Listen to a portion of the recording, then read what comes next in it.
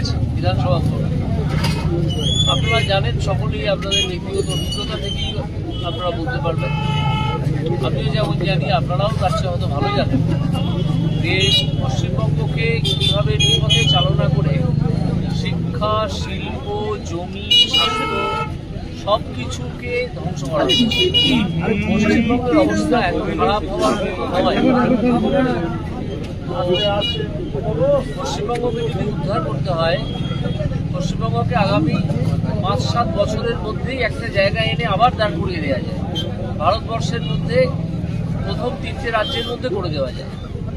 পশ্চিমবঙ্গের রিসোর্স এত বেশি, কিন্তু সেই রিসোর্সের টাকা যদি ওই কয়লা বালি এটা যদি ভাইপোদের পকেটে ঢোকে, বিভিন্ন ভাইপো ভাইজি ইত্যাদি ইত্যাদি, তাহলে কোষাগারে জমা পড়ে না। আর কোষাগারের খরচ চালানোর জন্য লোন দিতে হয়, ঋণ নিতে হয়, ঋণের প্রচুর টাকা সুদ হিসেবে দিতে হয়। সেই সুদ ফেরত দেওয়ার জন্য আবার ঋণ করতে হয়। এটাকে বলে ডেট ট্র্যাপ বা ঋণের ফাঁদে জড়িয়ে পড়া। পশ্চিমবঙ্গের ক্ষেত্রে সেটাই হয়েছে। এই সরকারকে না তাড়ানো অবধি, যতক্ষণ না প্রকৃতপক্ষে এখানে একটা উপযুক্ত সরকার আসছে এবং তারা দিল্লি থেকে বেশ কিছু সাহায্য আনতে পারছে, ততক্ষণ অর্থনৈতিক কাঠামোটা পশ্চিমবঙ্গে কিন্তু দৃঢ় হবে না। যেভাবে এরা শোষণ করে ঘুম ধরিয়ে দিয়েছে, পশ্চিমবঙ্গের অর্থনৈতিক কাঠামোয় যেভাবে ঘুম ধরে গেছে, তাতে এটার জন্য বাইরের কেন্দ্রীয় সাহায্য যেমন দরকার, আমাদেরকেও ঠিকভাবে এগিয়ে চলতে হবে। সেই জন্য এই সরকারটাকে সরিয়ে দেওয়া দরকার। তা না হলে আমাদের যে ভবিষ্যৎ প্রজন্ম, তারা কোনোদিন আর পশ্চিমবঙ্গের যে সুযোগ সুবিধে তার নিজের মাতৃভূমির, সেটা তারা আর পাবে না।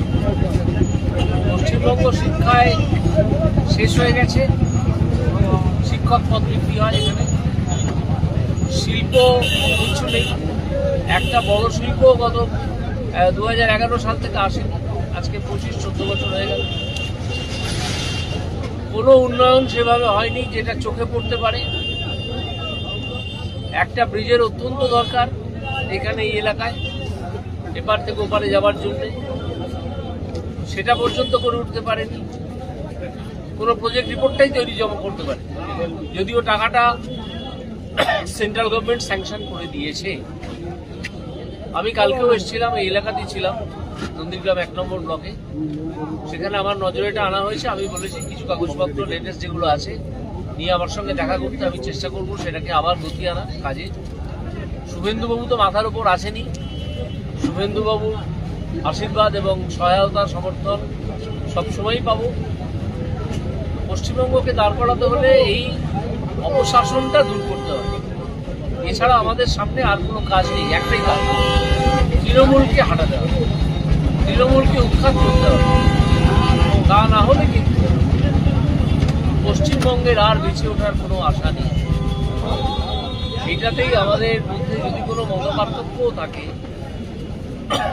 সেসব দূরে সরিয়ে রেখে ভুলে গিয়ে একজোট হয়ে কাজ করতে হবে।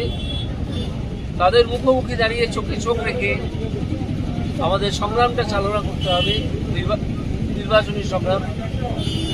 আপনারা জানেন, এসআইআর এর পরে অলরেডি দিদিমণির চোয়াল ঝুলে হাঁস করতে গেছে। এত ভয় পেয়েছেন। এবং এসআইআর যেভাবে হিয়ারিং এখন কেন্দ্রীয় সংস্থার কর্মীদের দিয়ে করানো হচ্ছে, তিনি তাতে এত ভয় পেয়েছেন যে সেই কর্মীদের বাড়ির ঠিকানা সে পাঠিয়েছেন যাতে তাদেরকে টেররাইজ করা যায়। এটা করে করতে পারবেন, কারণ এর উপযুক্ত প্রত্যুত্তর ইলেকশন কমিশনের জানা আছে, আইনের না আছে। আইন অনুযায়ী কাজ হবে। উনি আইন অনুযায়ী কাজ করতে ভালোবাসেন না, করেন। এই সরকারটাকে উৎখাত করতে না পারলে পশ্চিমবঙ্গের আর কোনো আশা নেই। সুতরাং আমাদের সকলকে একসঙ্গে প্রতিজ্ঞাবদ্ধ হতে হবে যে এই সরকারকে আমরা উৎখাত করব, এই শাসনকে আমরা এখান থেকে দূরে হটিয়ে দেব।